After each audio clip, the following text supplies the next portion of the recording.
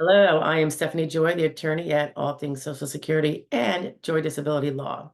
Your video is about to start. I just wanted to remind you that if you click the join button below, you can learn more about the memberships offered at a very affordable price that can give you a little more direct attorney answers to your questions. Have a great day and enjoy the video. Good morning. Happy Sunday, everybody. Okay, let's do the Social Security roundup for last week, which was November 4th through the 10th. No, through the 9th. Today's the 10th. Okay, so here we go. Really busy week, huh? Woo, early November. Hope everyone had a fabulous week. Mine was pretty good. All right, just gotta find my little captions here. Okay, November 4th, we talked about, oh yeah. So the SSA's non-medical review that y'all get the message for. Sometimes it's a letter, sometimes you get it on your SSA account, whichever way you get in there right now, which I'm not even sure at this point, or on your phone when you're logged in. Okay, and we've talked about this before. We must have 3 or 4 videos on this as things arise and kind of shed a little light on what seems to be the mixed messaging. In other words, continuing, whether they're going to be clearing it up, we don't know that yet. But this was a little bit more about that.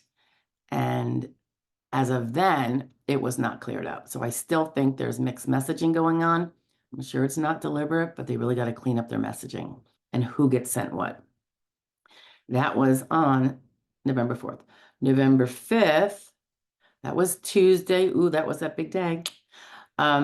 We went over a new court ruling that had a lot to do with what the meaning of substantial evidence is in terms of the, say, appeals council or a federal district court being able to overturn an ALJ's decision of, well, denial or award, but the kind of nebulous term of substantial evidence.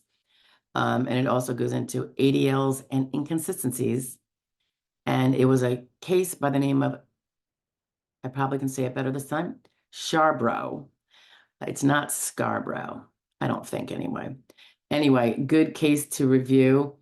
The next day, November 6th, this was a little clarifying or tip due to a viewer's question about going back to work full time in the middle of your claim and whether you need to report it then, now, whenever.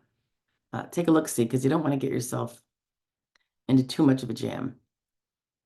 November 7th, another new court ruling, a different circuit than the other one. I think one was the Fourth Circuit and one was the 10th.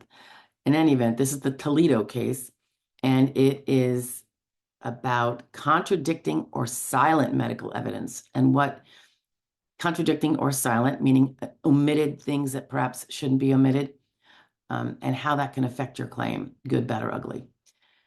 Medical records are everything, guys. November 8th, it was Friday, fraud law review, and this is about a Georgia fellow who threatened a BOMB in Augusta SSA field office and how that ensued and what has happened to him. November 9th, that was Saturday. Yeah, we were just sharing, there's Congress makes the laws, the code, the SSA Act, Social Security Act, but then agencies make regulations in order to operate those laws, so to speak, and where they get the power to do that. And I thought it was a really good SSA page. It was really from the Congressional Research Service that described it, if I recall. And it is helpful, particularly in light of the overturning of Chevron recently. That is a very old case from the 80s, and it basically took away, and I would argue appropriately so, unfettered power of an agency to make those regulations when arguably Congress did not speak to a certain issue, they can just go make it up as they go along, and it has the power of law because they've been granted the authority to make the regulation. And that, in some way, shape, or form, is changed now due to the overturning of Chevron that recently occurred. But you can still find out how and why Congress delegates this authority. It does make sense.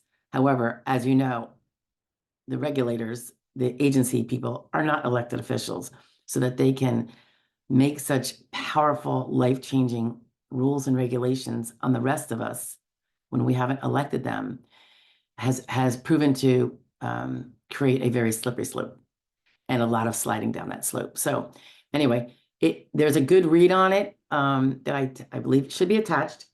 And if you prefer to read it, it's a really concise, easy to read narrative put out by the Congressional Research Service.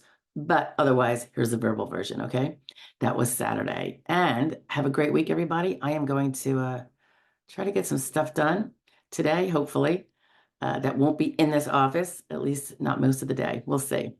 I plan on scooching soon, but it's good to see you, and I hope to see you next week. Bye now.